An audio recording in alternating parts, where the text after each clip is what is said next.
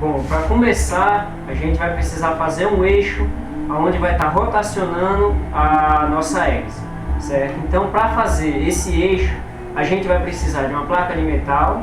Vamos cortar essa placa de metal aproximadamente em 20 centímetros, certo? Vamos dobrar ela de forma que forme um garfo e ele vai ficar mais ou menos dessa forma. Feito isso, você vai fazer 2 furos, certo? Um em cada lado, para que esse eixo possa passar aqui e a gente consiga colocar todas as porcas, arruelas e os CDs aqui. Feito isso, você vai pegar a barra de rosca, certo? Vai cortar aproximadamente 8 centímetros. Para os alunos de Jones, aproximadamente 4 polegadas. Você vai pegar esse eixo que você cortou, colocar a primeira porca, vai colocar uma arruela, colar os 3 CDs junto com o Super Bond, certo? Para que não haja o deslocamento de CDs, vai colocar esses CDs sobre essas arruelas e vai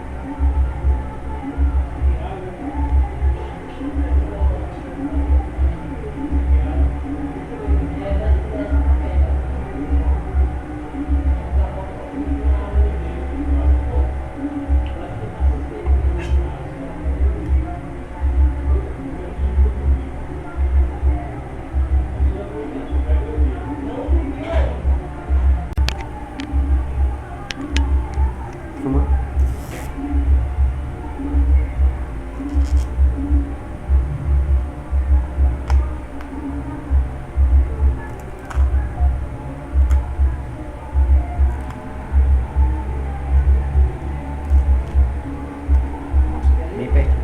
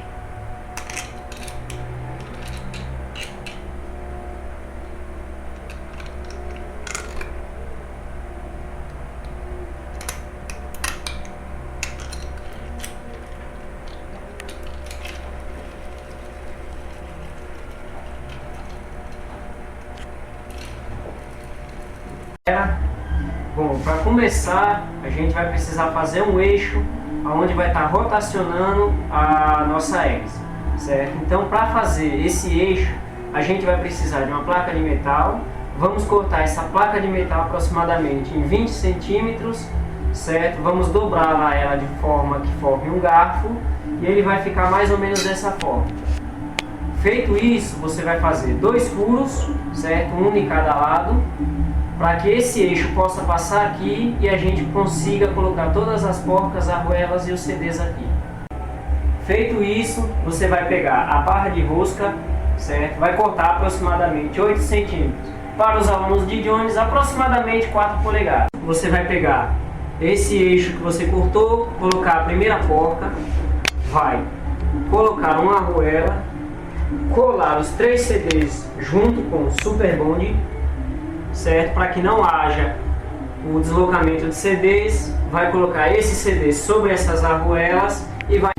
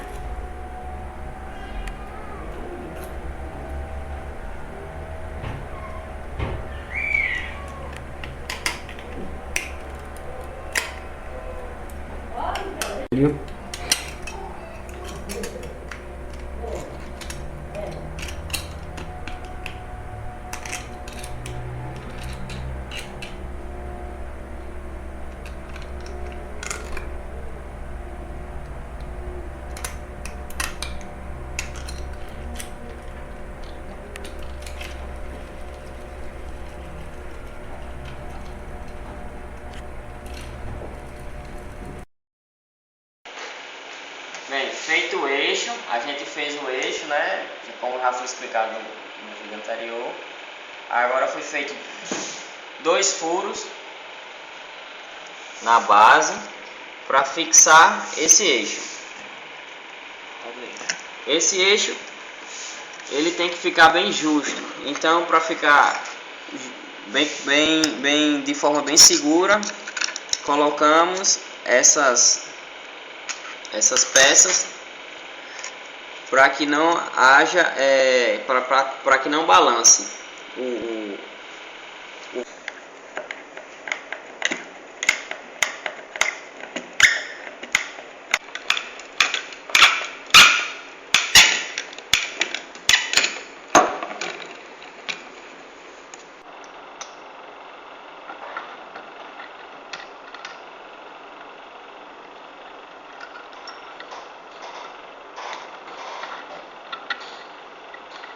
Sem pressa, não precisa ter pressa não. Tá aí a boquinha já. Tu trouxe a chave? Tá aí. Bom, foi colocado esse suporte aqui para poder fixar o eixo e ele poder rodar livremente, sem atrito. E sem que ele balance. Vai. Nessa etapa faremos uma base de suporte para cilindros, que vai ter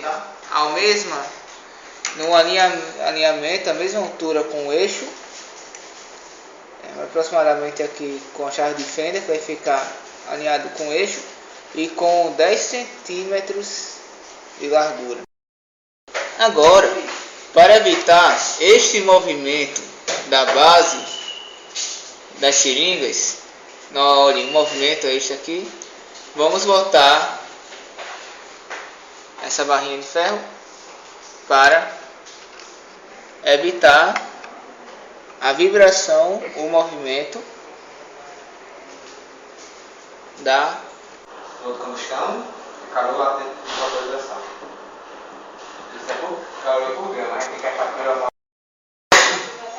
Agora cortamos um pedaço de metal onde tem esses espaços para que haja um movimento da seringa e 2 buracos feitos com furadeira para que nós possamos prender aqui na nossa base para pôr esse.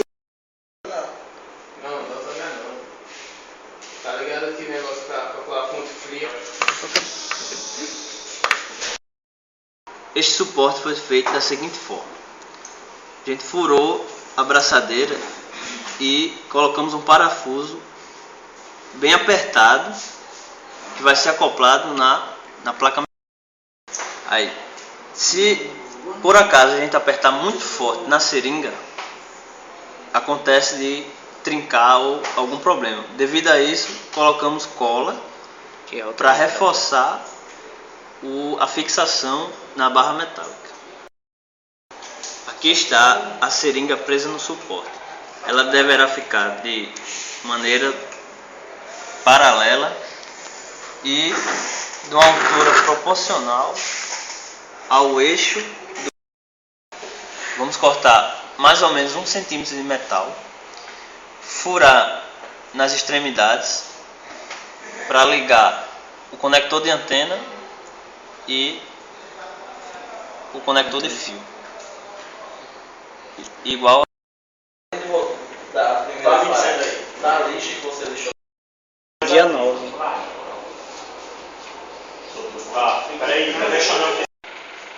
Pronto, colocado o pistão, a gente tem uma livre rotação, ok? A gente vai fazer isso para os 2 pistões. Para que o pistão faça compressão e expansão, é necessário colocar eles dois num ângulo de 90 graus. Para isso foi feito um furo e colocado uma barra de rosca cortada com essas porcas neste devido ângulo.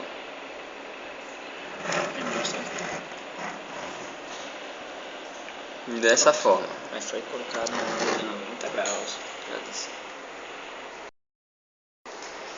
Foi feito outra peça igual a esta para que haja essa livre rotação para colocar aqui. Aí você faz a rotação.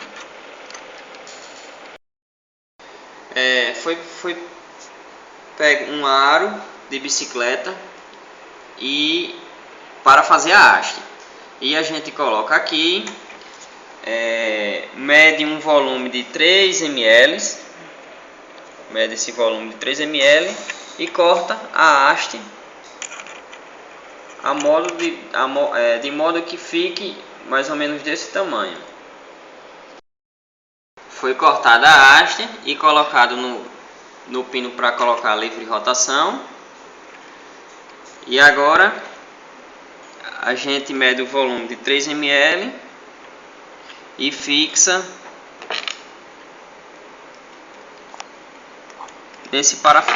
essa haste aqui nesse parafuso.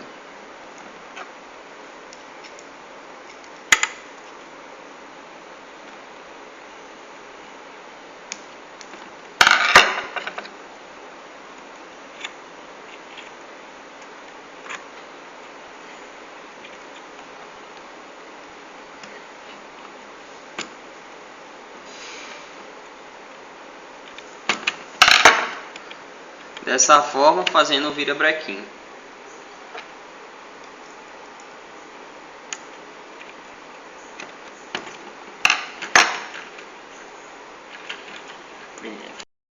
Foi feito da mesma forma o virabrequim do outro lado, porém o volume da seringa da temperatura fria será aproximadamente 1 ml.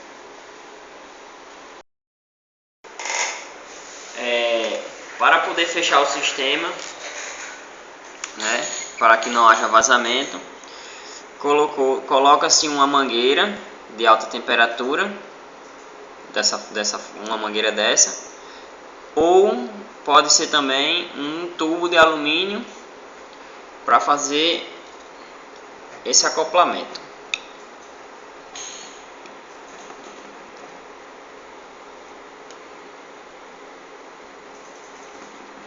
Dessa forma, não deve haver nenhum tipo de vazamento, senão não roda direito.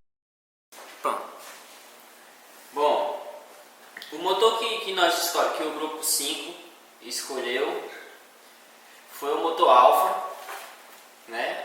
O motor Alfa é um motor constituído por 2 seringas e por um eixo, né, e a base.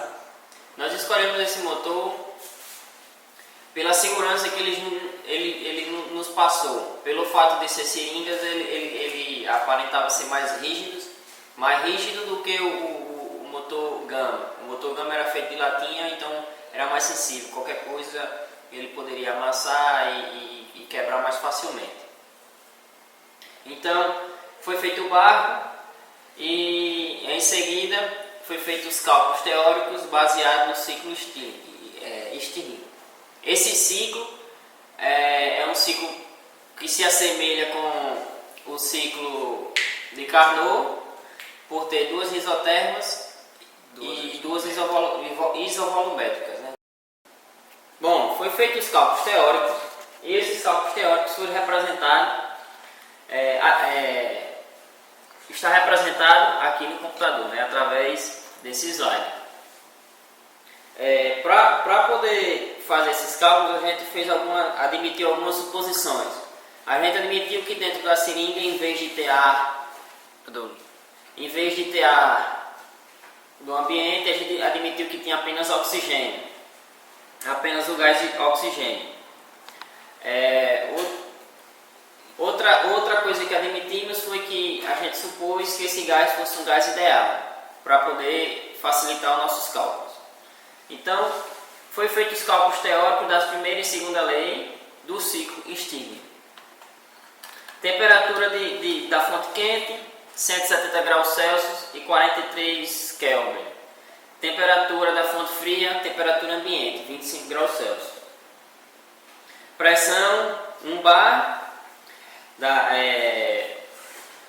pressão inicial, e pressão final 1,69 bar. Então, esses cálculos foram feitos através da pressão e volume. Outra coisa importante saber é que o combustível utilizado foi o etanol, né? Aproximadamente um volume de 50 ml por aí. A gente utilizou e era o que mais a gente testou outros. A gente testou o butanol, testou querosene, só que o etanol era o único que não carbonizava a seringa e o que aparentava dar um maior rendimento, esquentava mais rápido a seringa e a velocidade era maior. Então foi feito os cálculos. A seringa da fonte quente tinha um volume de 5 ml, volume final, um volume total, e um volume menor na compressão de 3 ml. Então foi feito o número de mols de oxigênio que tinha dentro da seringa e encontramos esse valor, 0,22 mols por 0,22 mols. Continuando, então vamos lá. Esse ciclo ele é composto por 4 etapas. A primeira etapa é uma compressão isotérmica, mas tem mais 3 etapas, que são isométricas e isotérmicas. A primeira etapa, que é a etapa de 1 para 2, compressão isotérmica. O trabalho foi feito através da fórmula, né? Trabalho é igual a menos integral de PDV, admitindo-se que é um gás ideal. O trabalho é igual a menos RNT menos nRT ln de V2 sobre V1. Então, resolvendo os cálculos, o trabalho ficaria igual a menos 423,32 joules. Em seguida, foi feito os cálculos da energia interna. Porém, como é uma compressão isotérmica, a energia interna é igual a 0 joules.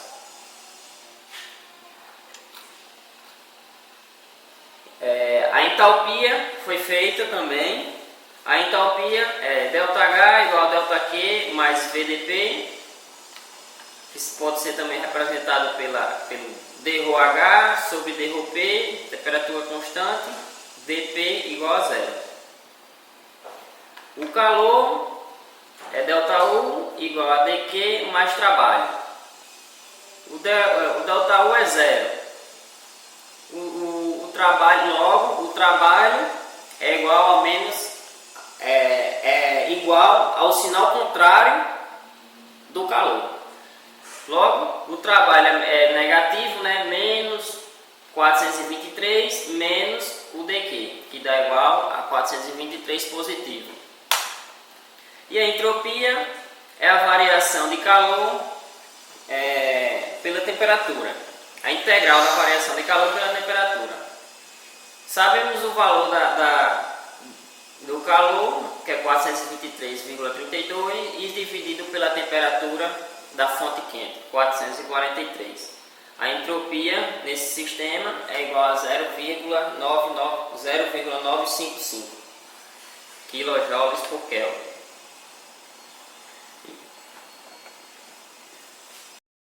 Bom, nas etapas 2 e 3 e na etapa 4 para 1, a gente tem uma expansão e uma compressão isométrica,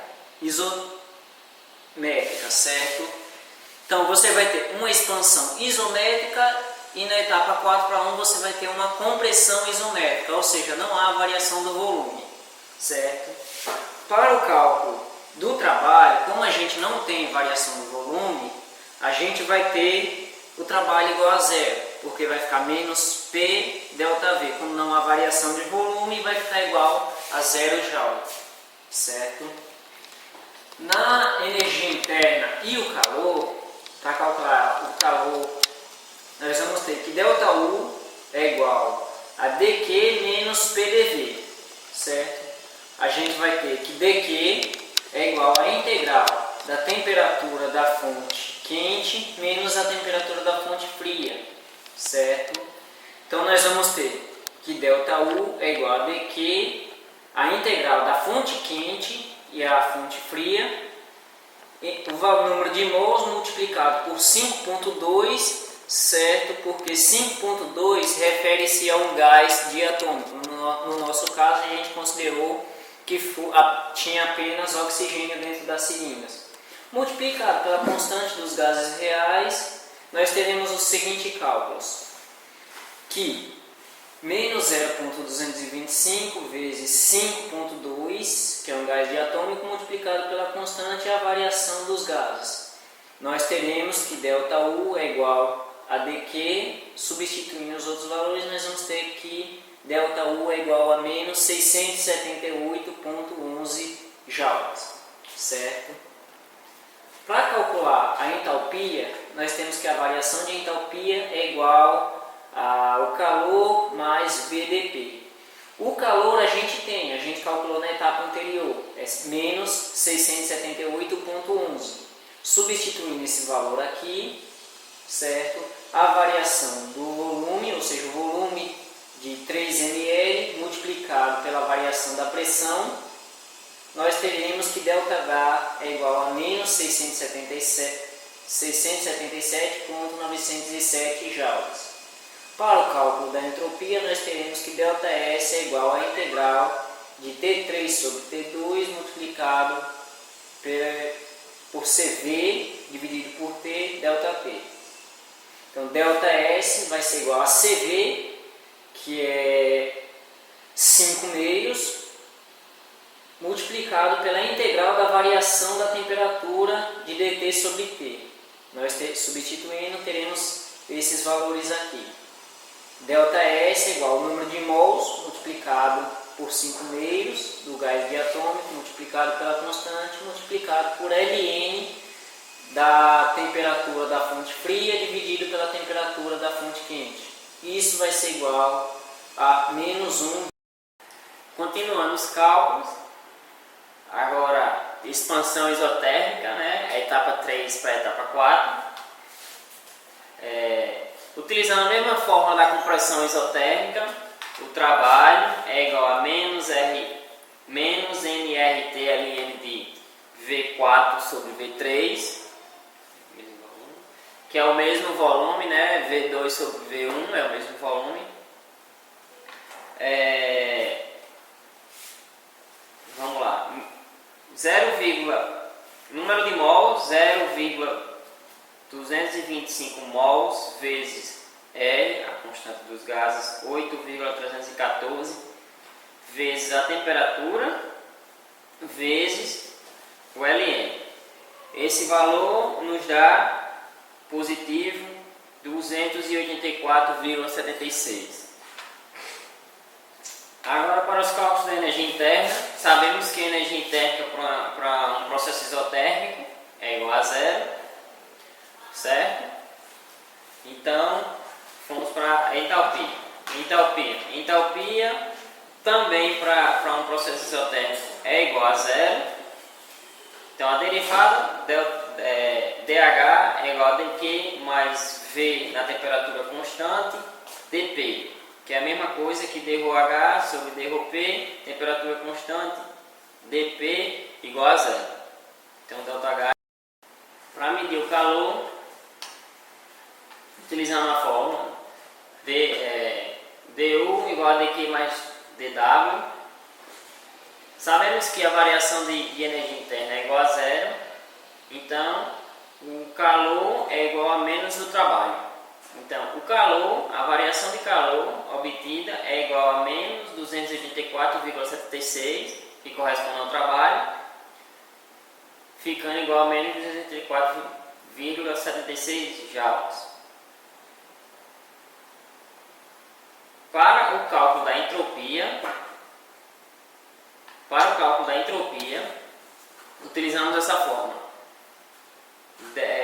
Delta S é igual a Q sobre T.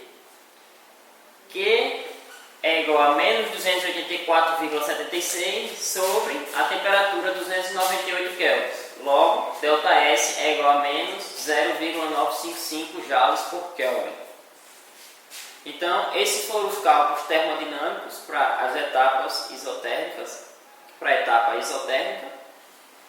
E, por final, mostramos os cálculos do somatório do ciclo total, informando quanto de trabalho e quanto de calor, quanto de variação de energia interna, quanto de variação de ΔH e variação de entropia se obteve no ciclo.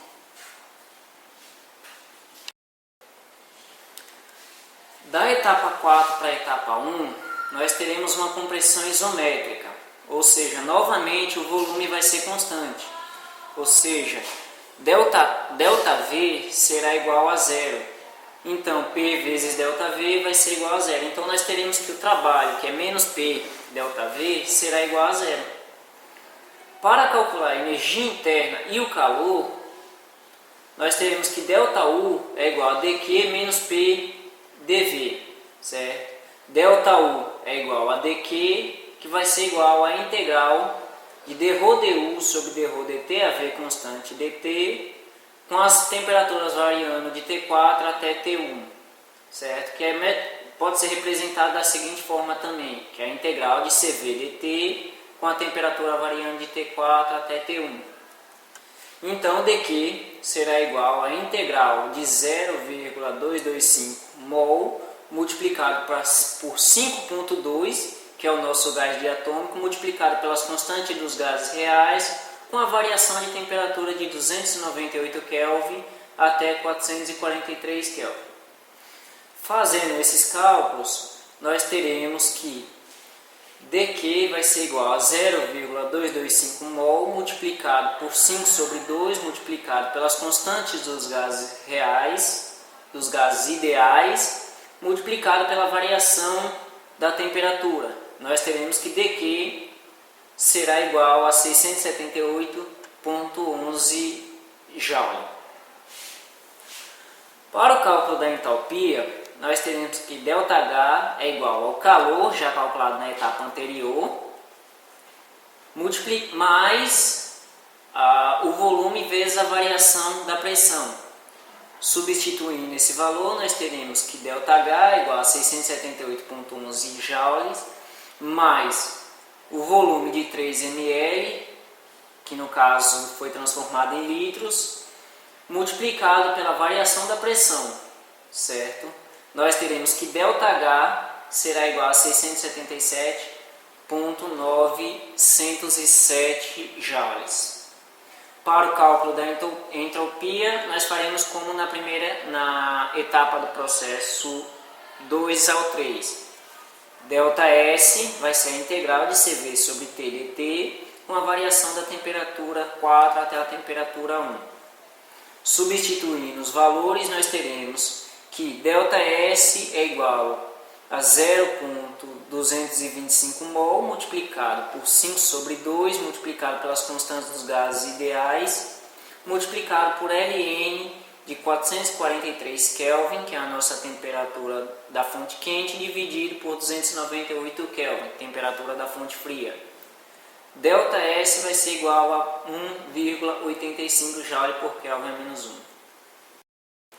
Bom, para fazer o cálculo da eficiência do ciclo, utilizamos a fórmula, eficiência é igual a 1 menos temperatura da fonte fria sobre a temperatura da fonte quente.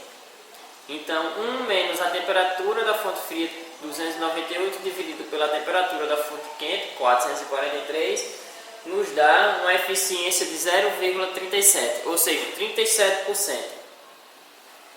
Esse é um dos motores que possuem uma eficiência até razoavelmente boa, de 37%, em comparação a um carro movido a gasolina. Por fim, temos o cálculo das etapas do ciclo, o cálculo total, né, do ciclo referente a cada etapa. O trabalho da etapa 1 para a etapa 2 é menos 423,32. O trabalho na etapa 2 e 3 é 0 joules. O trabalho na etapa 3 e 4 é 284,76. E o trabalho na etapa 4 e 1 é 0 joules. Ou seja, dando um total de menos 138,56 joules de trabalho. Então o motor exerce transfere uma energia de menos 138,56 joules. O calor é o somatório de todos os calores em todas as etapas, nos dando um resultado de 138,56 também, só que positivo. O ΔU, o somatório de todos os ΔU de todas as etapas, é igual a zero. O somatório também do ΔH de todas as etapas é igual a zero. E o somatório das entropias também nos dá igual a zero. Então, temos um total de trabalho de menos 138,56 e um calor de 138,56. Vamos falar da termoquímica do motor. Nós temos a reação de combustão. Nosso combustível utilizado foi o etanol, pelo simples motivo de ele não carbonizar o vidro e os outros carbonizavam o vidro e vários outros fatores que nosso amigo já falou. E temos aí a reação de etanol. No cálculo do ΔH vamos substituir o ΔH respectivo de cada elemento da reação, excluindo o nitrogênio porque nós só consideramos a atmosfera de oxigênio. Sabendo que moléculas simples, puras, O2, o ΔH é zero, ele vai ser considerado zero, então vai zerar a sua contribuição.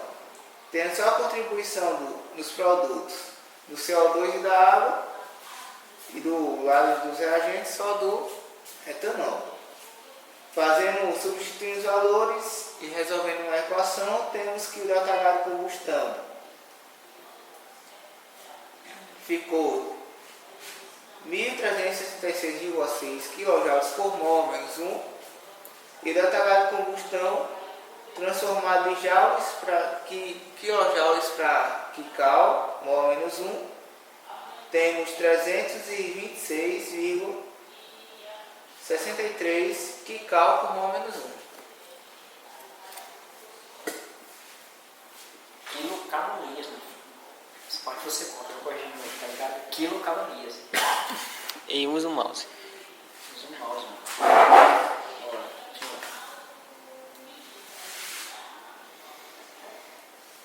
Agora vamos calcular a temperatura de chão. A temperatura de chão ela é calculada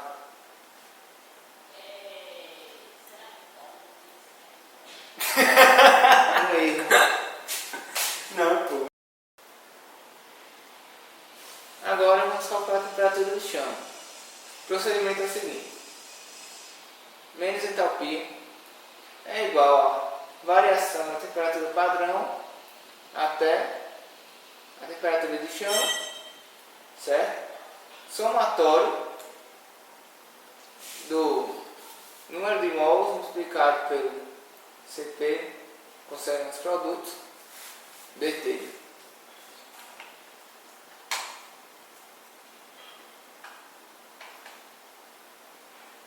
Com o valor calculado,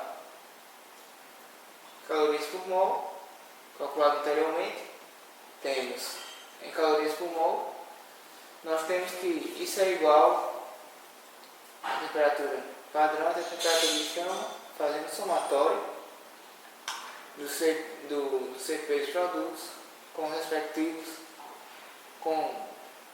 considerando a estequiometria da reação variando com a temperatura. Temos que, como isso aqui vai ser uma constante, isso vai ser integral. Saindo da integral, temos que nossa integral vai ser simplesmente temperatura de chão menos a temperatura padrão, 298 Kelvin. Tendo a nossa equação dessa forma, temos simplesmente que isolar a temperatura de chão. Isolando e calculando os valores que temos na equação, temos que a temperatura de chão é igual a 4.052,37 Kelvin. Agora vamos calcular a temperatura de explosão. Já temos o ΔH, temos ΔNRT, só falta o ΔU para conseguirmos calcular a temperatura de explosão para causar efeito. Vamos lá. Temos aqui que menos ΔU é igual a integral. Essa integral varia entre a T padrão e a temperatura de explosão, somatório de Ni CV dt. Substituindo o que já temos e o que podemos ter pela equação química, encontramos uma constante que sai da integral, e essa constante sai da integral, aonde resolvemos a integral, simplesmente vamos ter algo simples como temperatura de explosão menos 298 Kelvin. Já tendo isso, basta isolar a temperatura de explosão e calcular, e teremos 5.332,30 Kelvin. Então, vamos lá. Bom, aqui está o nosso projeto concluído, certo? Esse barco no momento está com todas as hélices, está com a hélice funcionando.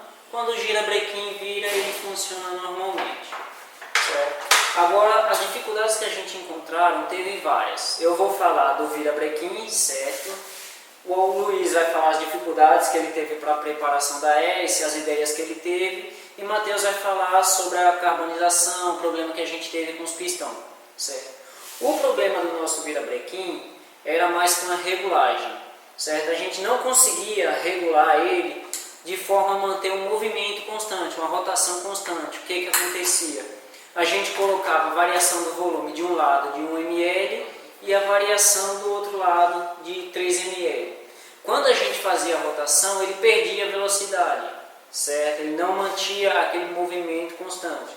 A gente tentou afastar o eixo, certo? Ou seja, essa parte aqui onde tem uma arruela, a gente tentou tanto afastar do eixo como aproximar do eixo. Foi uma ideia. Normalmente quando a gente aproximava um pouco mais o eixo, havia uma rotação mais forte, certo? Uma outra coisa que a gente tinha que regular era o ângulo de 90 graus. Nesse caso, nós conseguimos regular ele com um ângulo um pouco maior do que 180 do que 90 graus. Foi aproximadamente uns 120 graus. Ou seja, enquanto uma seringa com um ângulo de 90 graus, enquanto uma seringa está no início, ou seja, com um volume mínimo, a outra já está com volume pela metade. Aí quando ele faz a volta, você vai ter um pela metade e o outro pelo final, e assim sucessivamente. Quando não tiver no final, o outro vai estar na metade. E não foi bem assim com a gente teve que acabar aumentando o ângulo, certo? Feito isso, a gente tinha que aprender a regular. A gente via que o movimento aumentava quando você mudava o ângulo. Só que a gente teve que regular o tamanho desse eixo de ligação entre o virabrequim e o pistão. Ok? O melhor que ficou para a gente, o que permitiu uma maior rotação, foi com a seringa da fonte fria, o pistão próximo do volume de 2 ml e o pistão da fonte quente próximo a 3 ml, certo? Permitiu uma maior rotação. E essa foi uma das maiores dificuldades que eu tive em regular o virabrequim, certo? Teve a ajuda dos meus amigos também, do meu grupo, e cada um contribuiu com a ideia e melhorou o funcionamento do barco. Okay? Agora, o Matheus vai explicar como é que funciona a questão do pistão. Eu quero explicar isso primeiro. Ele vai explicar o pistão. Sobre o pistão, é muito importante saber que a seringa é quebrável. E no processo quebramos uma seringa. O motivo provavelmente pode ter sido o combustível utilizado, que estava a uma temperatura muito alta, que ela só suporta até 200 graus.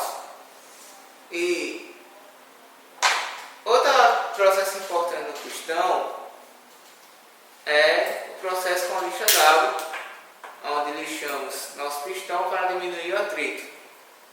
E um detalhe importante, quando for lixar, lavar as mãos para que não tenha gordura, para que empanque o funcionamento, a sincronia do motor. E outra coisa importante foi como fomos prender aqui. Para prender isso aqui, temos que prender algo não tão apertado para não quebrar a seringa. Botamos o silicone de alta temperatura. Pronto. Em relação ao escolher o combustível, etanol não carbonizava a seringa, e esse foi o nosso principal motivo. E a temperatura que ela chega não consegue quebrar a seringa. Tomando também cuidado com os vazamentos, olhando os vazamentos e trabalhando com uma coleta de temperatura, com outros produtos também, para que ficasse com vazamento zero. Bom, para fazer o funcionamento da hélice, nós precisávamos colocar uma hélice de tal forma que, ao girar o eixo, ela pudesse ser girada também. A primeira hélice que foi feita, que só foi testada no dia, foi uma hélice feita como se fosse um moinho d'água, né? Foram dois CDs e entre os CDs tinham umas colheres. Essas colheres seria onde iria empurrar água, e tinha uma liga puxando o eixo para o eixo da hélice. Porém, dessa forma não foi viável, porque essa liga não fazia com que rodasse, né? Ficava escorregando, não tinha atrito suficiente para poder rodar a hélice. Porém, a gente desenvolveu outro tipo de hélice, essa hélice aqui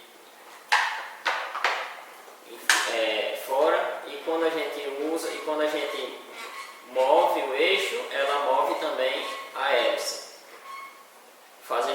Dessa forma, diminuiu a força para ser transferida, né, a energia para ser transferida para a hélice, e fazendo com que ela rode. Outra coisa interessante do trabalho foi a dinâmica de grupo, que a gente achou bastante interessante, a participação de todos, inclusive de outras pessoas de outro grupo, né, que nos ajudaram, e a gente ajudou eles também, cada um de uma forma ímpar, né, singular. E o trabalho foi bastante interessante, e uma sugestão que eu acho que deveria ter para os próximos semestres, e se for para fazer um motor desse, você, em vez de colocar um barco, fazer um carrinho. Bem legal. Porque aí você transfere, é mais fácil fazer a transferência, a propulsão para um carrinho, para uns pneus, e ele andar, do que colocar para ele andar dentro d'água. Que a força, eu acredito que a força de impulsionar a água seja maior do que impulsionar a força de atrito. Bem, nós somos, os participantes do grupo 5, e é isso aí. Encaramos o desafio e